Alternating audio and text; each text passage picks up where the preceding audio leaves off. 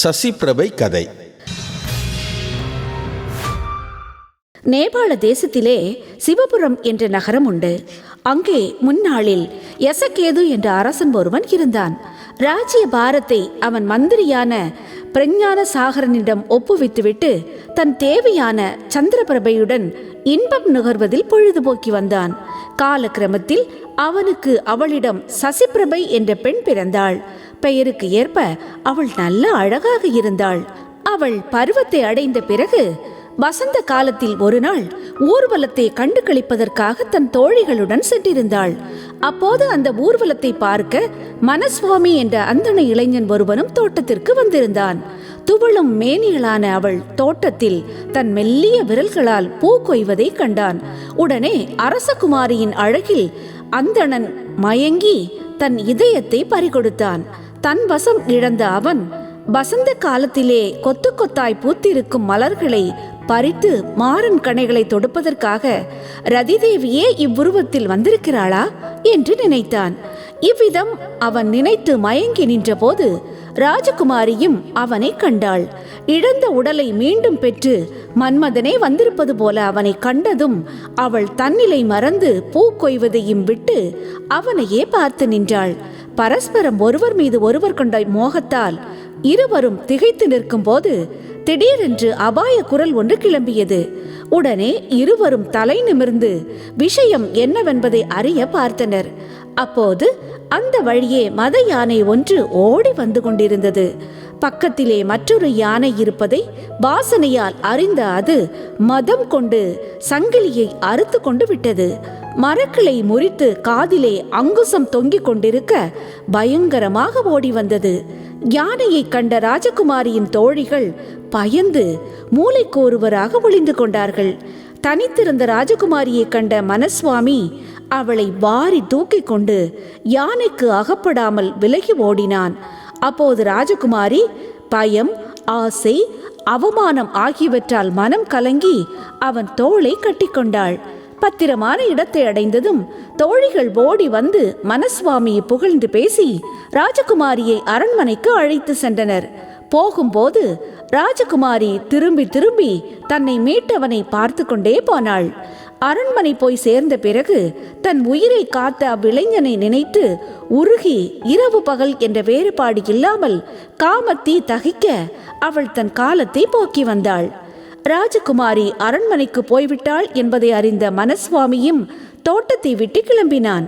ஆனால் அவனுக்கு கால் எழும்பவே இல்லை. அந்த மங்கையர் திலகம் இல்லாமல் என்னால் உயிர் வாழ முடியாது. ஆனால் அவளை அடைவது எப்படி? சர்வ கலைகளிலும் வல்லவரான மூலதேவரைத்தான் அடைய வேண்டும். அவர்தான் ஏதாவது உபயம் சொல்லுவார் என்று நினைத்து தன் இருப்பிடத்தை அடைந்தான். மறுநாள் காலையில் கலாவல்லபனான மூலதேவரை பார்க்க கிளம்பி அவர் இருக்குமிடத்தை அடைந்தான். எப்போதும் போலவே மூலதேவருடன் அவர் நண்பன் சசியும் கூட இருந்தான். மனசுவாமி அவரை வணங்கி தான் வந்த காரியத்தை எடுத்து சொன்னான். இதை கேட்ட மூலதேவர் சிரித்துவிட்டு அவன் விருப்பத்தை ஈடேற்றி வைப்பதாக உறுதி கூறினார். பிறகு மாய குளிகை ஒன்றை தன் வாயில் அடக்கி அதன் மகிமையால் கிடபிராமணன் போல உருமாறினார். அதேபோல மனசுவாமிக்கு ஒரு குளிகையை கொடுத்து அவன் வாயில் அடக்கிக் கொள்ள செய்து அவனை ஓர் அழகிய பெண்ணாக உருமாற செய்தார். இவ்விதம் பெண்ணாக மாறிய மனசுவாமியை அவன் காதலியான ராஜகுமாரியின் தந்தையிடம் தூர்த்த சிகாமணியான மூலதேவர் அழைத்து சென்றார். சபா மண்டபத்தில் இருந்த அரசனை அணுகி, அரசே, எனக்கு ஒரே மகன். அவனுக்கு மணமுடிப்பதற்காக இந்த பெண்ணை நீண்ட தூரத்திலிருந்து அழைத்து வந்தேன். ஆனால் அதற்குள்ளாக என் மகன் எங்கோ போன இடம் தெரியாமல் போய்விட்டான். இப்போது அவனை தேடி பிடித்து அழைத்து வர வேண்டும். அதுவரையில் இந்த பெண்ணை என்ன செய்வது? உலகத்தையே நீ காத்து ரட்சிக்கிறாய். ஆகவே இப்பெண்ணையும் நீ காப்பாற்றி என்னிடம் ஒப்புவிக்க வேண்டும் என்று வேண்டிக் கொண்டார். அரசன் தன் குமாரி சசிபிரபையை அழைத்து, குழந்தாய், இந்த பெண் உன்னிடமே தோழியாக இருக்கட்டும் என்று அவளிடம் ஒப்புவிட்டான். ராஜகுமாரியும் அதற்கு இசைந்து பெண் வேஷத்தில் இருந்த மனசுவாமியை தன் அந்தப்புறத்திற்கு அழைத்து சென்றாள். கிளபிராமணன் உருவம் கொண்ட மூலதேவர் வெளிக்கிளம்பி தம் இஷ்டப்படி போய்விட்டார். மனசுவாமி தன் காதலியுடன் பெண் உருவத்தில் தங்கிவிட்டான். சிறிது காலம் சென்றது. ராஜகுமாரிக்கு தன் புதிய தோழியிடம் ஓர் அலாதியான ஆசை உண்டாயிற்று. சதா அவர்கள் இணை பிரியாமலே ஒன்றாகவே இருந்து வந்தார்கள். ஒரு நாள் இரவு ராஜகுமாரி தான் அன்றொரு நாள் தோட்டத்தில் கண்ட மனசுவாமியின் மீது கொண்டுள்ள காதலால் உள்ளம் உருகி வாடி கிடந்தாள். தன் காதலன் பெண் உருவத்திலே அப்போது தன் பக்கத்திலே இருப்பதை அவள் அறியவில்லை. ராஜகுமாரியின் நிலையை கண்ட மனசுவாமி மெதுவாக அவளிடம், தோழி, நாளுக்கு நாள் உன் உடல் இளைத்து வருகிறது, நிறம் வெளிரி வருகிறது. உன்னை பார்த்தால் காதலன் பிரிவாற்றாமையால் வருந்துபவளைப் போல தோன்றுகிறது. உன் அந்தரங்கமான தோழிகளிடமிருந்து கூட இதை மறைப்பானேன்? என்னிடம் சொல்லு, இல்லாவிட்டால் நான் ஆகாரம் எதுவும் உட்கொள்ள மாட்டேன் என்று பலபடியாக கேட்டாள். இதை கேட்ட ராஜகுமாரி ஒரு நீண்ட பெருமூச்சு விட்டு, அடியே தோழி, இத்தனை பேர்களில் உன்னிடம் நான் எதற்காக அவநம்பிக்கைப்பட வேண்டும்? ஆகவே நான் விவரத்தை கூறுகிறேன் கேள் என்று ராஜகுமாரி சொல்லி ஊர்வலத்திலே தான் மனசுவாமியை சந்தித்ததையும் கட்டறுந்த யானையிடமிருந்து தன்னை அந்த வாலிபன் காப்பாற்றியதையும் தெரிவித்தாள். தோழி, அவன் ஸ்பரிசம் என் மீது பட்டிருந்த அந்த சமயம் சந்தன குழம்பு பூசியது போலவும் அமிர்த வருஷம் பொழிந்தது போலவும் இருந்தது. அந்த உணர்ச்சியை விவரித்து சொல்ல முடியாது. அது முதல் எத்தனை தடவை அவனை பற்றி நான் கனா கண்டிருக்கிறேன். பகற்பொழுதிலும் அவன் பக்கத்தில் இருப்பதாகவே தோன்றும். இரவு தூக்கத்திலோ அவனிடம் கொஞ்சி குலாவுவது போல கனா காண்பதுதான். ஆயினும் என் தலைவிதி அவனை அடைய முடியவில்லை. அவன் யார், பெயர் என்ன போன்ற விஷயங்கள் ஒன்றுமே தெரியாதே. இவ்விதம் என் உள்ளத்தை கொள்ளை கொண்டவனை அடைய முடியாமல் நான் வாடி வதங்கி சாகிறேன். இதை கேட்ட பொழுது அவ்விடம் பெண் உருவத்தில் இருந்த மனசுவாமியின் காதுகளில் அமிர்தத்தை பொழிந்தது போலவே இருந்தது. தன் எண்ணம் ஈடேறியதாகவே அவன் நினைத்தான். தான் யார் என்பதை வெளிப்படுத்தி காட்டக்கூடிய தருணம் வந்துவிட்டதாகவே அவன் நினைத்தான். உடனே தன் வாயில் அடக்கி இருந்த குளிகையை வெளியே எடுத்துவிட்டு தன் சுய ரூபத்துடன் அவள் முன்னிலையில் நின்றான். மான் போன்ற மருண்ட விழியாளே, அன்றைய தினம் தோட்டத்தில் உன் பார்வையால் உள்ளத்தை கொள்ளை கொண்டு அடிமையாக்கிய வாலிபன் நான் தான். உன் பிரிவாற்றாமையால் மனம் வருந்தியே எப்படியாவது உன்னை அடைய வேண்டுமென்றுதான் இந்த பெண்ணுருவம் தாங்கி நான் இங்கே வந்திருக்கிறேன். ஆகவே நாம் இருவரும் அனுபவித்த பிரிவின் துன்பம் இது முதல் ஒழிந்தது என்று நினைத்துக்கொள். இவ்விதம் கூறி தன் எதிரில் நிற்கும் காதலனை கண்ட ராஜகுமாரி உடனே ஆசை, வெட்கம், ஆச்சரியம் எல்லாமே விட்டு தலையை குனிந்து கொண்டாள். அவர்கள் இருவரும் கந்தர்வ முறைப்படி மனம் புரிந்து கொண்டார்கள். பகல் நேரத்தில் பெண்ணாகவும் இரவு நேரத்தில் ஆணாகவும் அரண்மனையிலே இருந்து வந்தான் மனசுவாமி. நாட்கள் பல சென்றன. எசக்கேது மன்னனின் மைத்துனனான மிருகாங்கத தத்தன் தன் மகள் மிருகங்கவதியை பிரஞ்ஞாசாகரன் என்னும் மந்திரியின் மகனுக்கு மணம் செய்து கொடுத்தான். அந்த கல்யாணத்திற்கு சசிபிரபை தன் தோழிகளுடன் மாமன் வீடு சென்றாள். பெண்ணுருவம் தாங்கிய மனசுவாமியும் அவர்களோடு சென்றான்.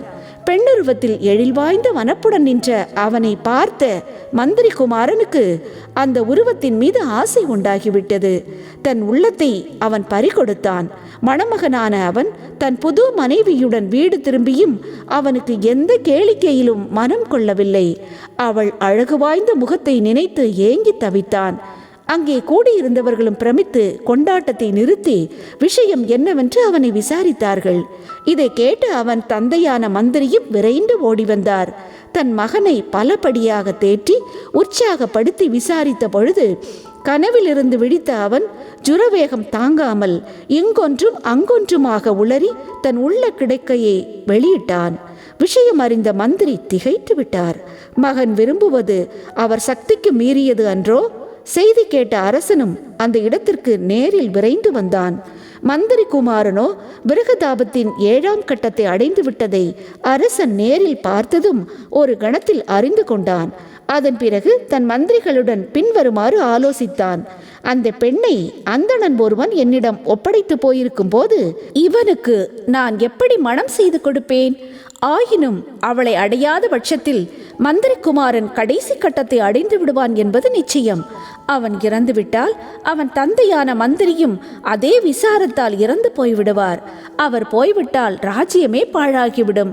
ஆகவே என்ன செய்ய வேண்டும் என்பதை நீங்கள் சொல்ல வேண்டும். இவ்விதம் அரசன் கேட்டவுடன் அவ்விடம் கூடியிருந்த மந்திரிகள், அரசனுடைய முக்கியமான கடமை தன் நாட்டு மக்களின் தர்மத்தை காப்பாற்றுவதுதான் என்று சொல்வார்கள். அரசன் இவ்வாறு காப்பாற்றுவதற்கு மந்திரிகளின் கூறிய மதியும் ஆலோசனையும் முக்கியம். ஆகவே மந்திரி போய்விட்டால் ரட்சணையின் அடிப்படையில் நசித்து விடுகிறது. அதனால் தர்மத்திற்கு ஊறு நேரிடுவது நிச்சயம்.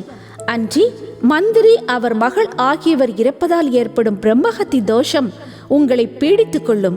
ஆகவே அந்தணன் உங்களிடம் ஒப்படைத்த பெண்ணை மந்திரி குமாரனுக்கு இப்போது மணம் செய்து கொடுத்து விடுங்கள்.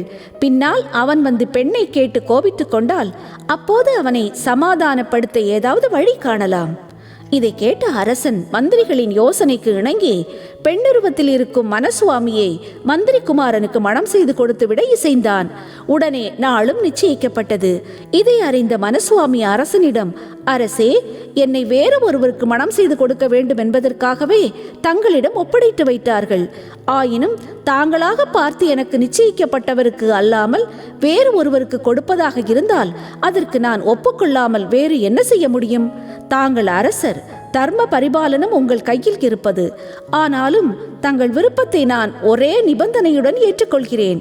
என்னை மணக்க இருப்பவர் 6 மாத காலம் புண்ணிய சேத்ராடனம் செய்து ஊர் திரும்பி வந்த பிறகே என்னை மனைவியாக ஏற்றுக்கொள்ள வேண்டும்.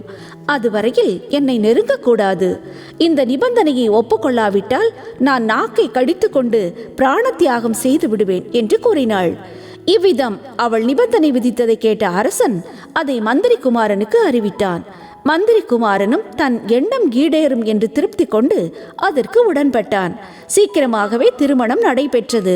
தன் முதல் மனைவி மிருங்காவதியையும் 2ஆம் மனைவியாக வந்த போலி பெண்ணையும் ஒரே வீட்டில் அமர்த்தி அதற்கு கட்டும் காவலும் ஏற்படுத்திவிட்டு முட்டாள் போல புண்ணிய சேத்ராடனம் செய்ய கிளம்பினான் மந்திரி குமாரன். இவ்விதம் மிருங்காவதியும் பெண்ணொரு கொண்ட மனசுவாமியும் ஒரே வீட்டில் ஒன்றாக இருந்து வந்தார்கள். ஓர் இரவு படுத்திருக்கும் போது மிருங்காவதி தனக்கு தூக்கம் வரவில்லை என்று கூறி நேரம் போக்க ஒரு கதை சொல்லும்படி தன் தோழியை வேண்டினாள். இதை கேட்ட மனசுவாமி அவளுக்கு தன் கதையையே கூறினான். பழைய காலத்தில் சூரிய வம்சத்தை சேர்ந்த ராஜரிஷியான இடா என்பவர் கௌரியின் சாபத்தால் பெண் உருவத்தை அடைந்து விட்டார். அவள் அழகை கண்டு உலகமே மயங்கியது. புதன் அவளுடன் கூடி புரூரவசை பெற்றாள். இவ்விதம் கதையை கூறிய மனசுவாமி, இதனால் தெய்வானுகிரகத்தாலும் மணிமந்திர ஔஷதங்களாலும் ஆண் பெண்ணாகவும் பெண் ஆணாகவும் மாற முடியும். காமவசப்பட்டால் முக்காலும் அறிந்த முனிவர்களும் இவ்விதம் நடந்து கொள்வார்கள் என்று முடித்தான். கல்யாணம் செய்து கொண்ட உடனே கணவனை பிரிந்த காரிகை மற்றவள் தனக்கு சக்களத்தியாக வந்து தன் வாழ்வை குலைக்க முற்பட்டவள் என்பதையும் கருதாமல், நீ சொன்ன கதையை கேட்ட என் உடல் பதறுகிறது, உள்ளம் முருகிவிட்டது. ஆகவே அதன் விவரம் என்ன என்பதை தெளிவாக எடுத்து கூற வேண்டும் என்று கேட்டாள். உடனே மனசுவாமி அவளை நோக்கி, தோழி, இவை மோக விகாரத்தின் சேஷ்டைகள். இவற்றை நானே அனுபவித்திருக்கிறேன். ஆகவே உன்னிடமிருந்து எதற்காக மறைக்க வேண்டும் என்றாள். இதனால் தூண்டப்பெற்ற மிருங்காவதி மேலும் தூண்டி துளைத்து கேட்க, மனசுவாமி, மகாவிஷ்ணுவிடமிருந்து எனக்கு ஒரு வரம் கிடைத்திருக்கிறது. ஆனால் இரவு வேளையில் நான் ஆணாக மாறலாம். ஆகவே உனக்காக அவ்விதம் மாறுகிறேன் என்று கூறி வாயிலிருந்த குளிகையை வெளியே எடுத்து ஆணாக மாறினான். இவ்விதம் அவன் பகலில் பெண்ணாகவும் இரவில் ஆணாகவும் மாறியிருந்து வந்தான்.